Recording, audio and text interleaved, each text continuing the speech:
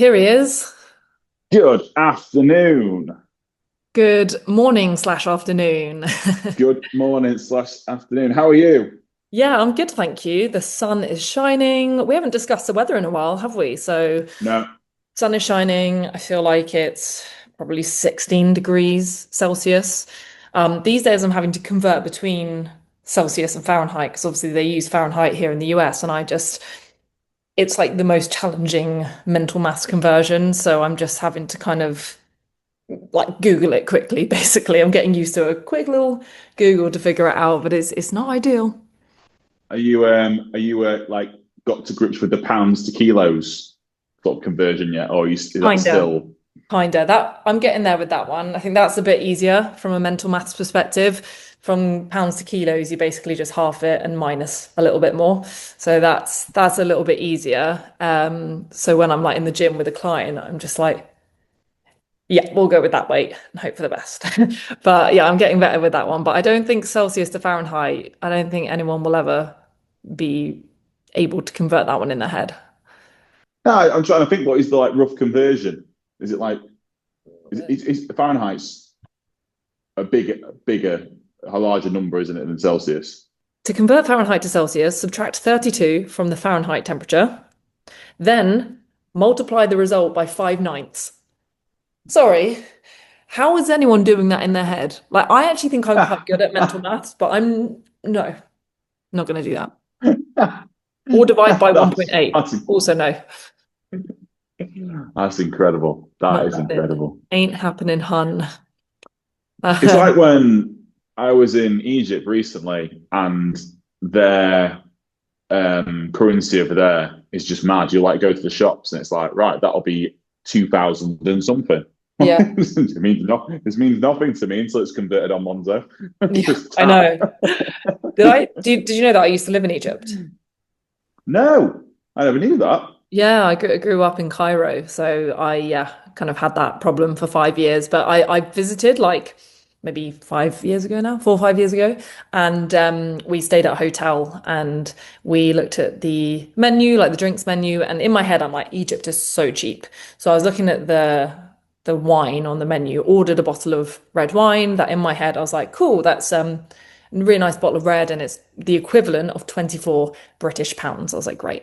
And then at the end of the meal, we were like, oh God, hang on, done the conversion. We're like, nope, no, no, no, no, that was not. We've missed out a zero there. It was actually a 240 pound bottle of wine that we had ordered, and I was like, oh no. And like, by the way, in it, Oh, the way it just zoomed in on your face, that was so funny.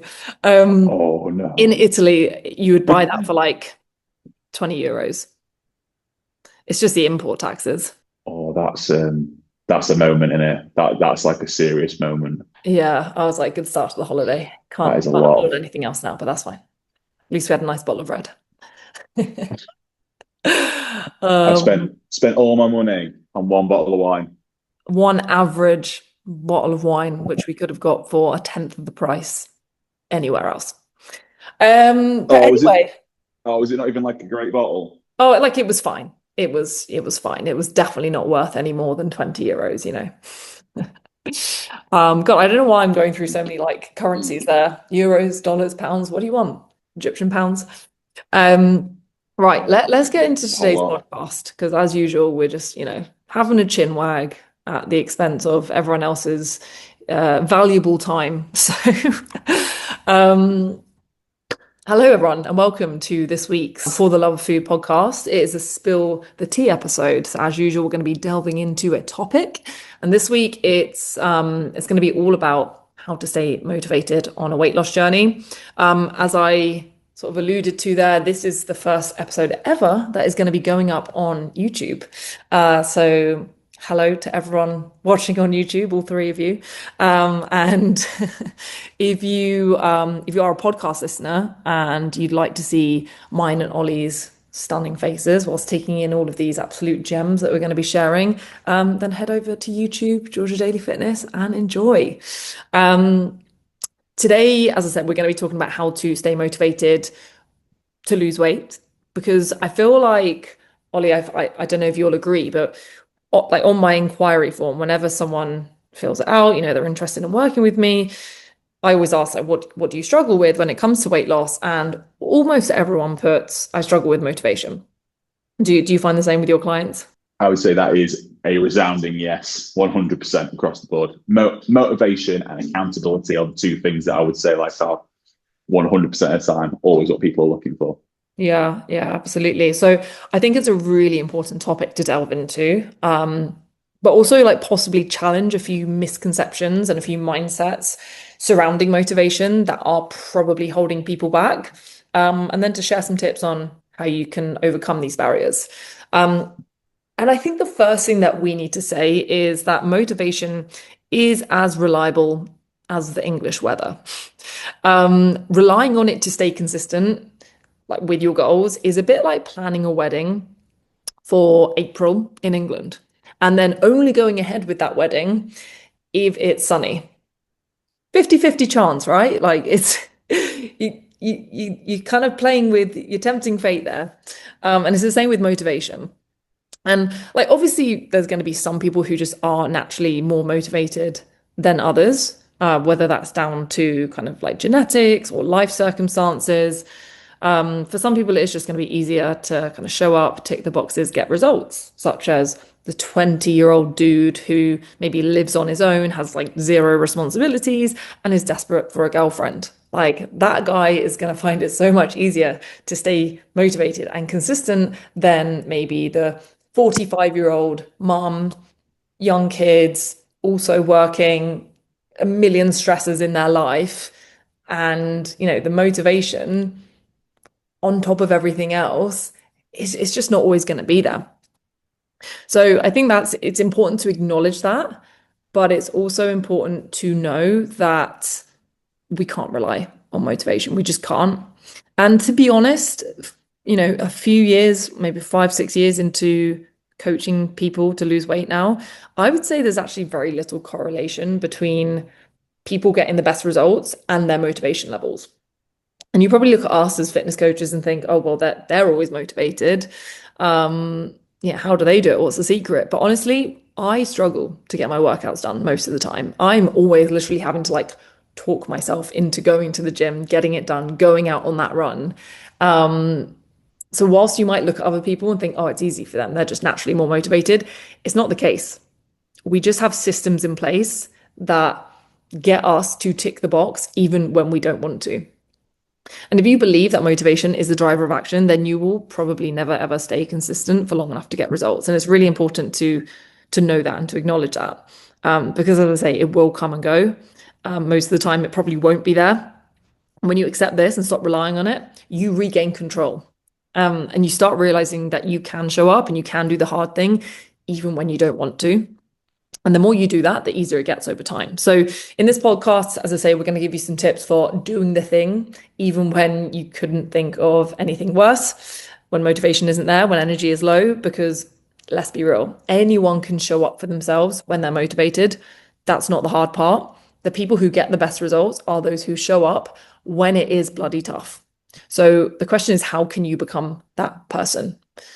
Most people think the cycle is motivation leads to action, which leads to results, but that is not the case. Actually, it's taking action regardless of how you feel, which then leads to results, even if that's just kind of like feeling better, more energized. And that's then what's going to lead to you feeling more motivated, which of course makes it easier then to take the next action, but we can't rely on it. And by the way, whatever platform you are listening on, whether it's YouTube or if it's a podcast platform, please do subscribe so you don't miss out on more of these wonderfully informative videos and podcasts. So let's kick off with some mindset tips for not staying motivated, but for showing up even when you're not motivated. Because I think mindset is the most important thing, and it's what holds most people back from achieving the results that they're after and certainly keeping it off in the long run.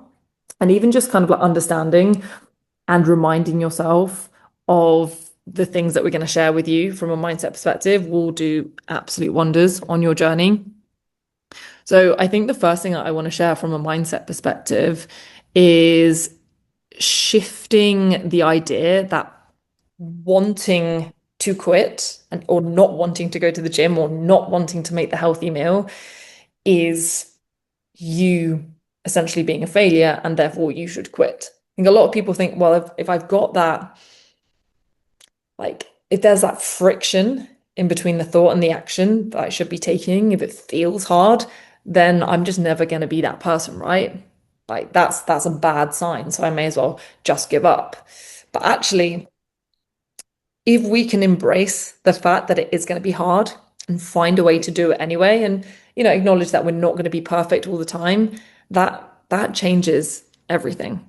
So rather than shying away from hard things or things that are out of our comfort zone, embrace it and find a way to do it anyway. Ollie, what would you say are the biggest kind of like mindset tips that you share with your clients day to day to help them keep showing up regardless of how motivated they feel? I really like the one of raising the floor. That's always one I always kind of lean on with most clients, is that there's a general misconception, I believe, to be perfect. I don't think we can ever say that quite enough as well. It's that every day's got to be perfect. I've got to have the perfect plan, the perfect week. And the majority of the time, and I'll never ever stop cheerleading and really giving great feedback to clients who have great days and great weeks and scales move and PBs go up and motivation super high. Because I think that's amazing. I think you can ride that wave and ride that momentum. But if you can make your weeks that are a little bit more messy, just and your standards just that little bit higher, then I think you can raise the floor quite considerably, and you can get better results as a result of that. And it really is that. What can you keep going? How can you keep your head above water on the messy weeks, on the kind of chaotic weeks? Because they are the ones that generally throw a lot of people off, like a lot of people off. And it's then getting back to your core reason, which I always think is quite an important aspect to anyone's program, no matter if you are working on weight loss or something else, is that the reasons why you're doing it. Like what are the core values, the reasons why you want to lose weight. It's never just someone wants to lose 10 pounds, 15 pounds, 20 pounds. There's always another core value and core reason there, whether it be there's a pain that's been there for a degree of time, whether it be physical or mental. There's an event coming up. If you've got dates in the diary, they will really, really help you stay motivated and change your mindset around exercise. Yeah, I completely agree with that. I think it's so important that people actually fully understand their why behind the goal. Because a lot of people are like, I want to lose 30 pounds. I'm like, okay, cool. Why do you want to lose 30 pounds? If you're only fixating on the scale weight, it's going to be really demotivating because the scale weight again is like super inconsistent and unreliable. Like you might do everything right and the scale still jumps up because there's other factors involved in like your overall body weight. It's not just weighing body fat, right? So if you're like, okay, that's my goal, weight loss, it's just that, and you're only looking at the scales, then you're going to constantly be disappointed. When you feel disappointed, it's not exactly like the most kind of motivating it's not going to give you like motivation and drive to keep going, is it? So I think looking beyond the the scale weight goal or the kind of like the physique goal and really digging into like what's this going to do for your quality of life? Is it going to allow you to feel more confident at work or in relationships? Is it going to allow you to run around and keep up with your kids? Like I had a client last week who was saying, yeah, it's great that she's lost maybe like 5 kilos, but the thing that makes her most happy is the fact that she was able to go skiing with her kids a couple of weeks ago, pain free because she's had knee issues for a lot of her life, and keep up with them and not feel like she's huffing and puffing and not able to keep up with them or have fun with her family. Like that for her, that's what she's been working towards. And because she's had that on her mind throughout, she has stayed consistent, even on those days where she's like, energy is low, motivation is low. It'd be so easy just to kind of turn to the easy option, the convenient meal, not go to the gym, not get her steps in. she just kept reminding herself, I want to be able to keep up with my kids. I want to live that life where I am the active mom and I keep up with my family and I have fun with them. That's what was important to her. So that's why she kept going. So I think, yeah, delving deeper into your why is so important. And everyone's why is going to be different, right? Um, but I think, whilst physique goals are cool, like nothing wrong with them, we all have them, most of us have them. Think about the other things that it's going to do for your life. I also, something that really motivates me is, I think I mentioned this on the podcast maybe last week or the week before last, is like the idea of in 20, 30, 40, 50 years time, not being that person who can't carry my own groceries or can't get off the toilet without help. Like it seems so distant right now. It seems very unrelevant right now, but these things are important. They are going to happen, and it's important that you acknowledge that and think like, where do I want to be in 10, 20, 30, 40, 50 years time, depending on your age? And what actions do I need to start taking now to help me get there? Not in 20 years time when the cracks start showing. Yeah, I think that's a really interesting point that you made there as well. Like it's like investing in your pension, isn't it? It really is that. It's having that vision of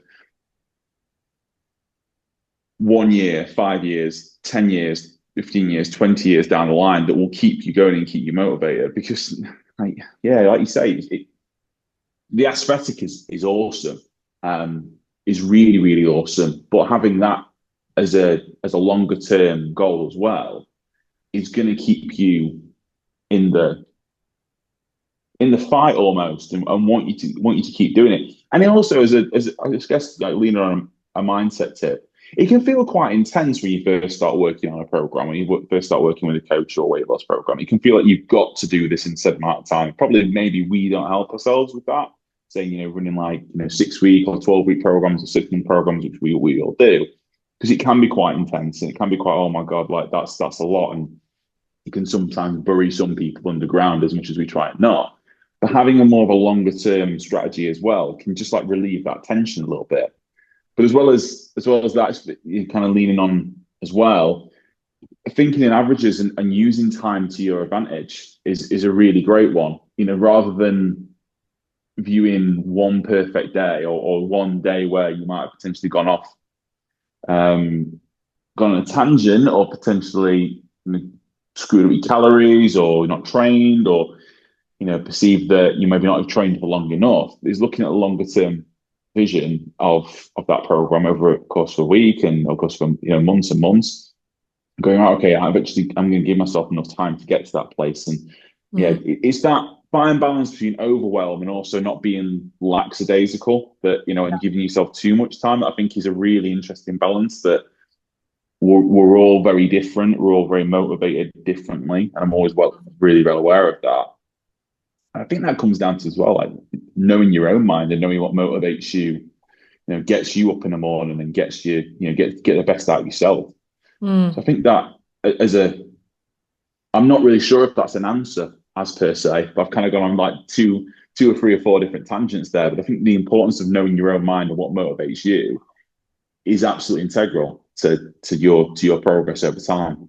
Yeah, totally. I think touching on the averages over time there, that's such an important point. People often don't realize that what they do in one day doesn't really matter, because it's the averages over time that matter. So where you're at right now with your body composition is not because of what you did yesterday or last week or even the last, few weeks, really. It's literally an average of the last few years, let's say.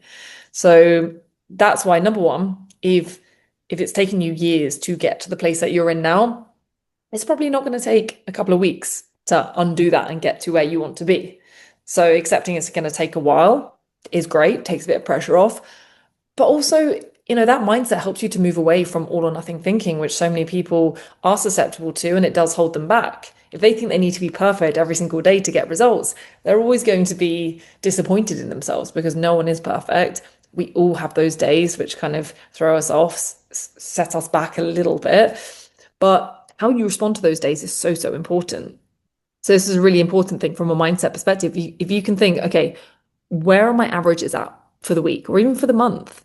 Then when you have one of those days where you go to the pub and one drink turns into 10, or you go out for dinner and you're like, I'm just going to have one light main course, that's it. And then you end up having a three-course meal and, copious drinks. Instead of thinking, right, I'm going to hit the effort button, I'll get back on track on Monday. Obviously, this week is ruined. If you go back to, okay, it's the averages over time that matter. So I'm going to track this honestly. So add it into MyFitnessPal if you're tracking calories. Then you've got this kind of bird's eye view of where you're at for the week. You can then kind of activate the logical side of your brain rather than the emotional side and think, right, it's all good. Because all I need to do now is slightly wind in my calories for the next few days, not restrictive, not cutting them in half, maybe just reducing them by 100, 200 a day. And then the averages for the week are still going to be uh, aligned with where I need to be to get results. So it's like actually thinking a bit more rationally rather than emotionally, responding rather than reacting is going to do you wonders and help you to move away from that all or nothing mindset, which, as I say, is probably what sets like the majority of people back. And that's why people are continually kind of like yo-yoing between doing really, really well, getting great results, and then just completely hitting the effort button, not being mindful anymore, and completely setting themselves back. So it's two steps forward, like one step forward, two steps back constantly. So obviously you're never going to get anywhere with that kind of mindset. Yeah, it's that knowing it is that knowing your own mind, isn't it? It really is that knowing your own mind. And if you sat there as well and thinking to yourself, you know what, I've been plateauing for a while and I already have good habits and I've already got kind of, good motivators in place. Maybe it is time to kind of lean upon a bit more of an intense plan. Maybe it is time to kind of go, really all in for 4, 8, 12 weeks. And you never regret it. You never ever regret it. I think the big issue sometimes around um, you know clients that you sometimes work with who are a little more lackadaisical, who fall in that kind of starting again Monday sort of pattern, is that they've already got really great habits. They already eat lots of fruits and veggies, lots of protein, lots of water. They train really well. But they just seem to be kind of not able to push to that next gear. And I think as long as you're going into a program which might be quite a more intense program or more focused program on fat loss, as long as you know you've got a clear beginning, middle, and end, Yeah. you can throw yourself right into that. Because then a good coach and an understanding coach and an empathetic coach will help you and can guide you through that process, which we can both do, and go, right, this is not going to be forever. You're not going to have to have a hungry stomach, an empty stomach sometimes and be a little bit, kind of undernourished, which is essentially what a deficit is. Like it's, say for what it is, you are going to be a little bit hungry at times, not starving, but you're going to be a little bit hungry, but it's only going to be a temporary thing. And you will learn so much from that process as well. And you'll appreciate so much more. Like you appreciate how amazing it feels to train when you are fully fueled.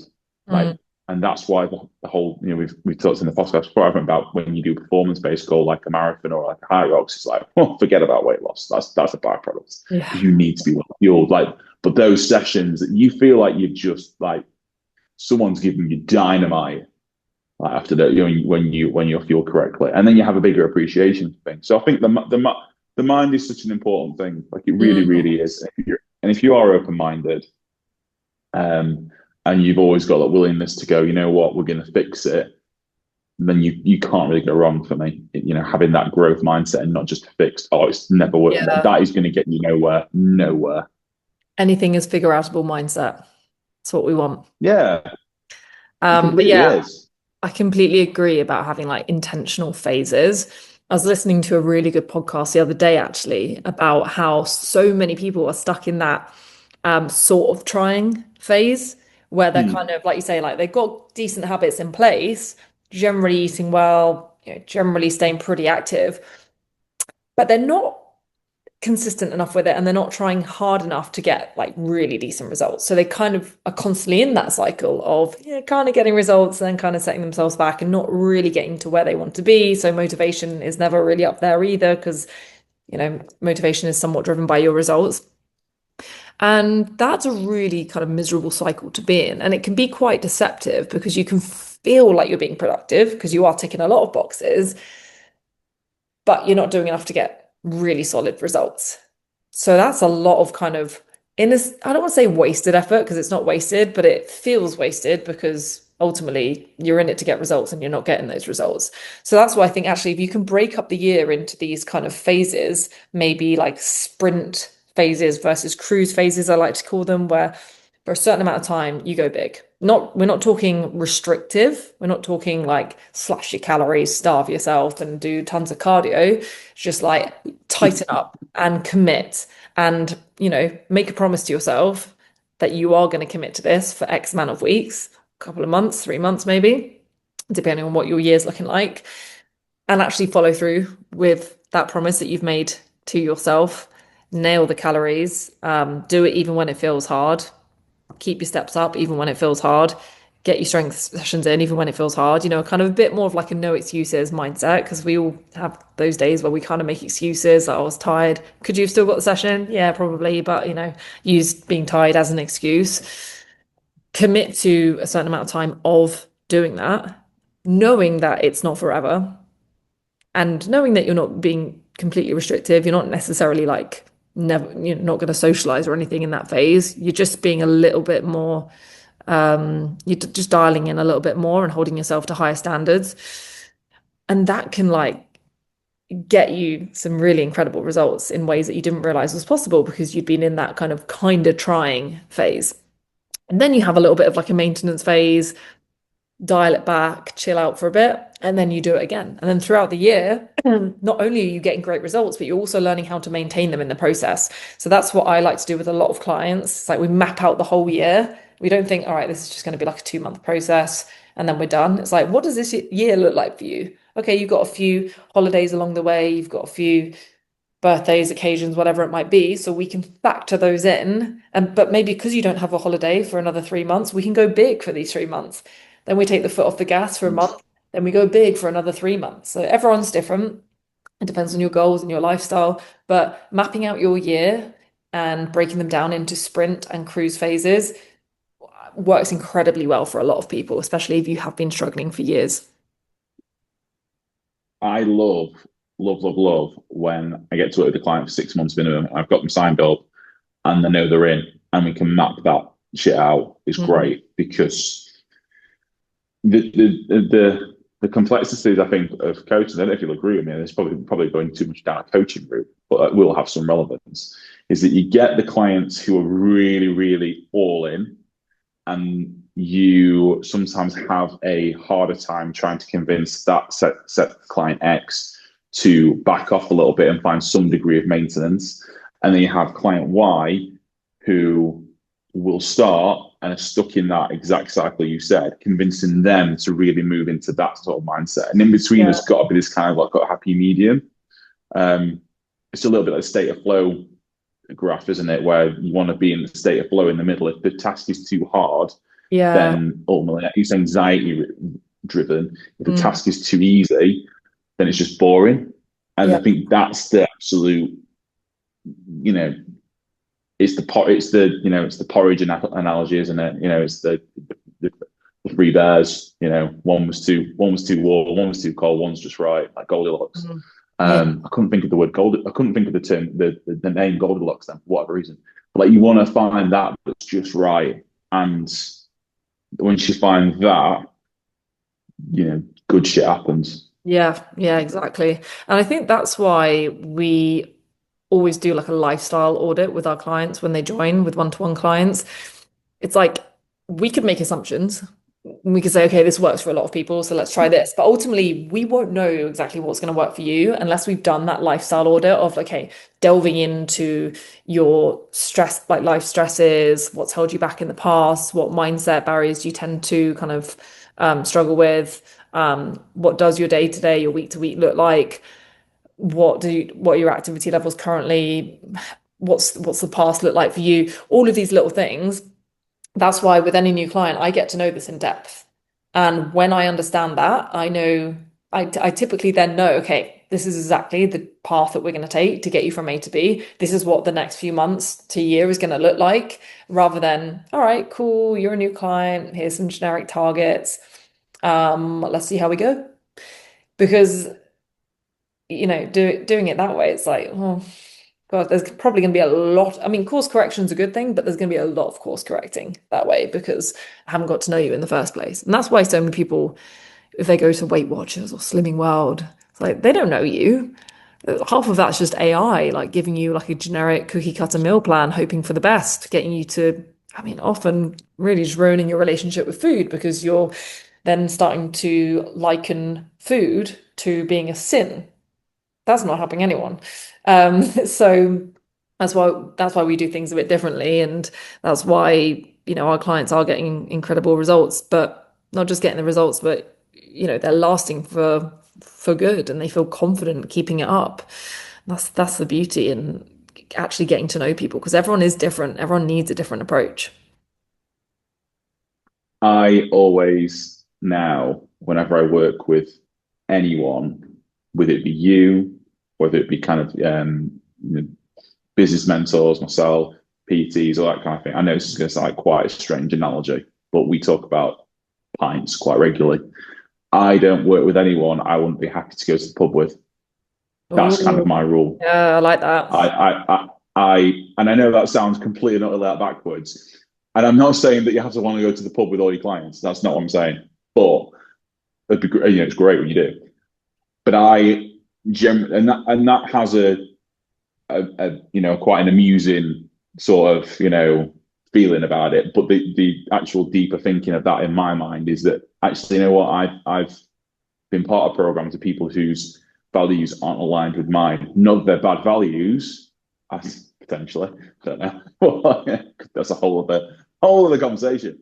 But I want to be able to work with someone who is on my level, is like on my wavelength, who I could have a pint with and just have a normal conversation because I know that's what best motivates me. If Yeah. I'm with someone who's like very almost militant and just no emotion and that's not how I not Yeah, my jam totally. at all. Yeah, and I I like think that it's way really of thinking. important. Yeah, it's a good litmus test, isn't it, for whether you're going to vibe with someone, whether your values are aligned. And I think that's so, so important, whether it's you working with a client or you are the client, like with a business mentor, as you say, something like that.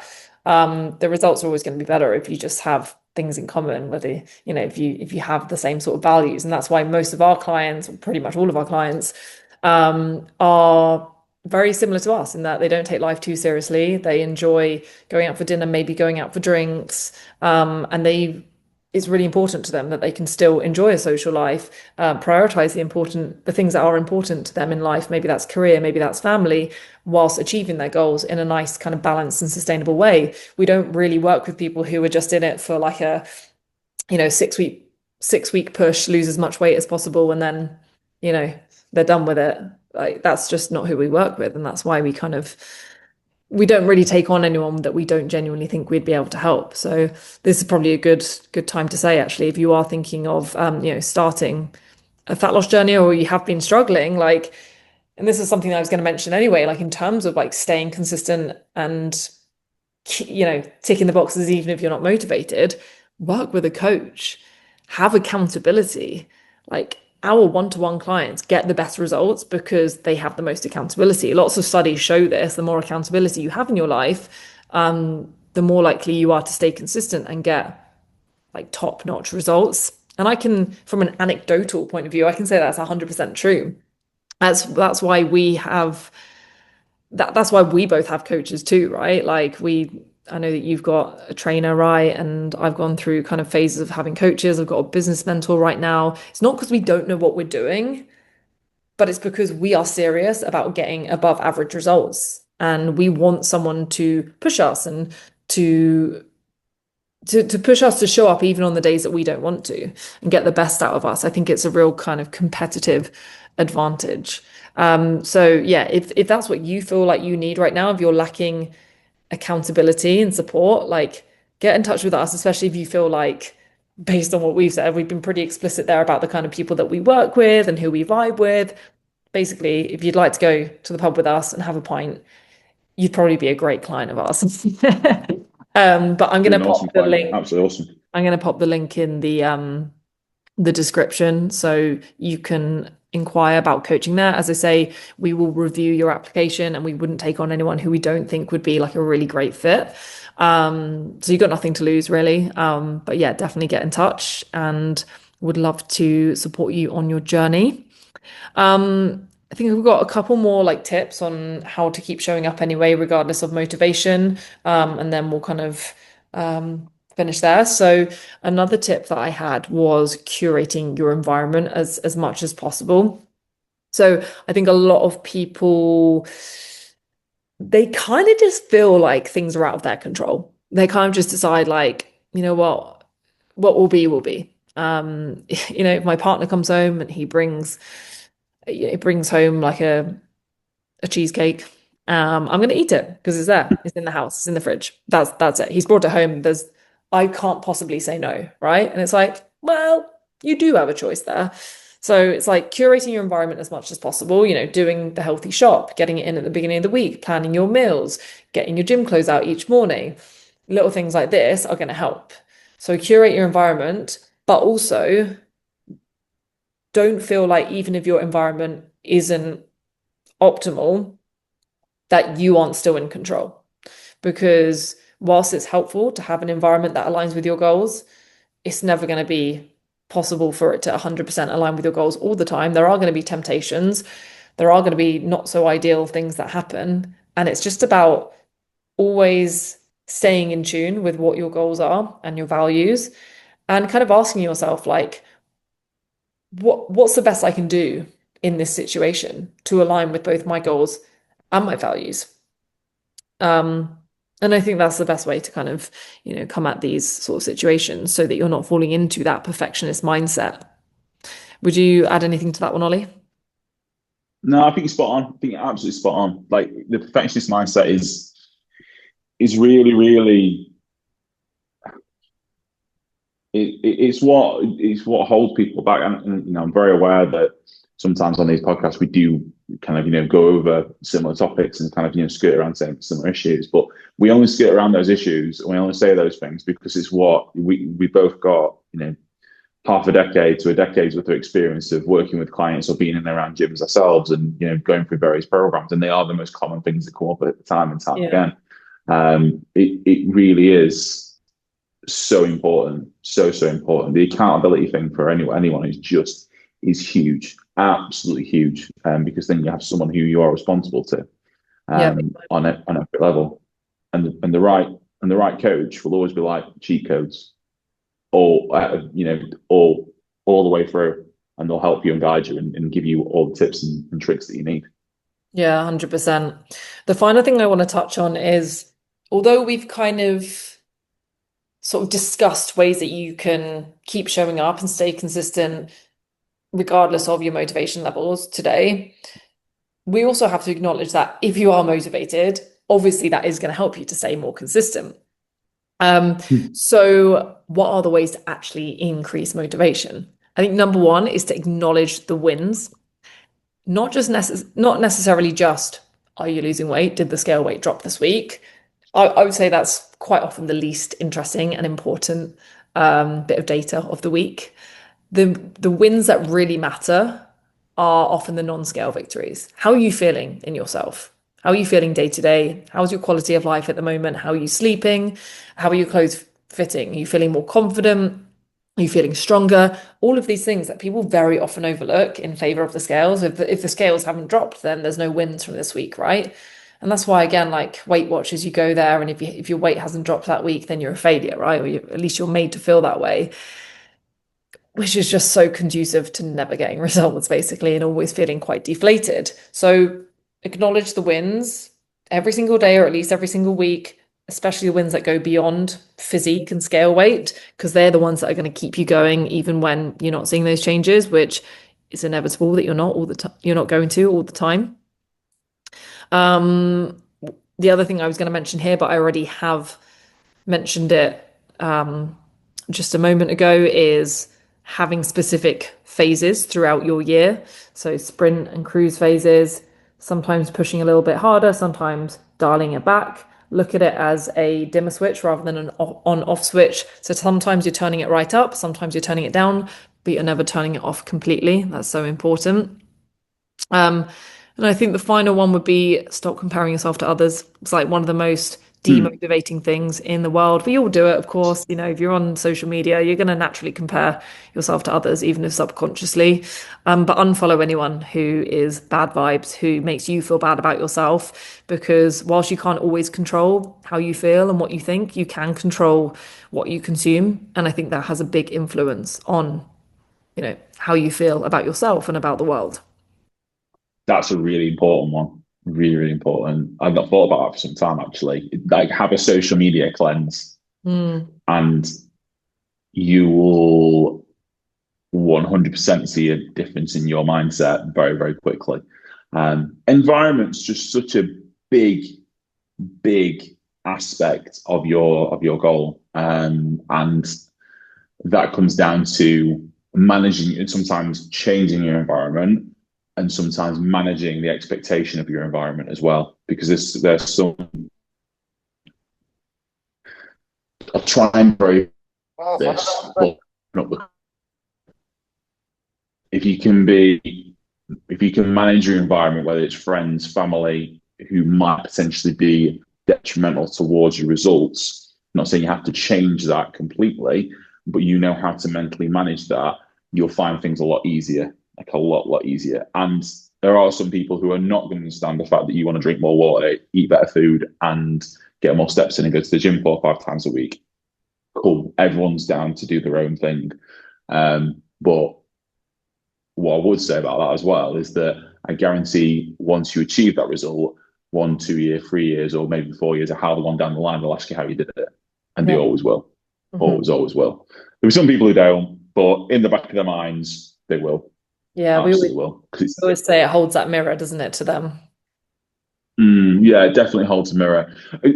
Touching on the comparison thing as well that you said was quite interesting. I always think comparison to your previous self as well, or comparison to yourself, is a very much can be demotivating. I don't think that's talked about enough as well. Like I can compare myself to you, you can compare yourself to me, but comparing yourself to yourself as well is also really, really detrimental, because normally it's not the first time when you sat down with a client that they've been through this, you know, been through some form of program before, whether it be Slimming World, but it be previous coach, and they'll all, oh, I was so much fitter when I was so it's like, well, Mm, right, nah, draw a line with that. What was going on at that time? It don't matter. doesn't I matter. always believe it can get someone back to a position where they were fit and they've been the fittest they've ever been. But like, let's get you the fittest you are humanly now. Like, Yeah. that's where we need to be looking. Your eyes point forward, like you're not going back, like they're Yeah, I going agree. forward. I think it can be really demotivating if you, for example, have put on 5, 10 kilos, and then it's like that version of you feels so unachievable because you're like, God, 10 kilos, that's like so much weight. Like, how am I possibly going to get back there, especially when I'm finding it so difficult? So kind of on that note, yes, don't compare yourself to your old self, because different life circumstances back then and it's just not relevant. But also stop thinking about losing 10 kilos and just think about losing that next kilo, because that's really gonna remove that overwhelm and that sense of, oh my God, that's such a long way to go. And instead it's like, okay, 1 kilo, that sounds pretty manageable, or even a pound, that sounds manageable. And then just do that 10 times. And then each time you celebrate the win. Because by the way, a kilo is not nothing. Like kilos, like if I was holding a kilo of fat, it would look like that, right? Like, it's not nothing. And people often see it as nothing. So yeah, lose 1 kilo at a time, celebrate the win, and then focus on the next kilo. Yeah, the mountain can seem quite large, like quite horrendous, at the time. I've got one client at the moment who is, I'll not name him, but He started life with me 6 months ago at 225 kilograms, and he has just hit 25 kilograms like weight loss in 6 months, which is unbelievable, outstanding. His goal is far beyond losing 25 kilograms. Mm. And I'm using a very much extreme example here. But if I was to say to him, okay, we will have achieved everything when we've lost that, he's going to get very demotivated very quickly. It's like me going and playing tennis, and I'll only be happy when I qualify for Wimbledon. I ain't gonna. It might happen. Who knows? I might be the first person at 40 in my 40s who qualifies for Wimbledon. But if that's where your goal is, like, Mm. so the goal for me to begin with was like just get the ball over the net. I remember saying that session one. Like, what's your goals? Like, get the ball over there. Mm. Yeah. But then the ball over there becomes easy, and then it's like, right, okay, I'll get the ball back again. And it moves on, and it becomes so much more fun, so much more enjoyable. And the people who kind of, you know, slag off that mindset, again, environment, people, are the people who aren't happy anyway. Mm. So sod them. Sodom, hun. Sod them, on. Love it. Love it. Well, I feel like we've covered a lot of bases today. So well done us. Celebrating the wins. And I feel like that's a really nice kind of like note to end on. So as I mentioned, like if you've listened to this or watched this and you thought, you know what, that is exactly what I need, a little bit of support, accountability, these kind of tips and tricks and motivation boosts we are sharing in our members group every single day as well. So it's hard not to stay motivated when we are yapping in your ear all these positive things and, practical, productive mindset tips. So, if you're interested in joining us as a one-to-one coaching client, we would love to have you on board. Click the link in the description to apply. We'll have a chat, see if it's the right fit, of course, and we can go from there and get your journey to sustainable results in a balanced, fun way started. Thank you so much, everyone, for listening. Have a great rest of your week, and I'll see you on the next one.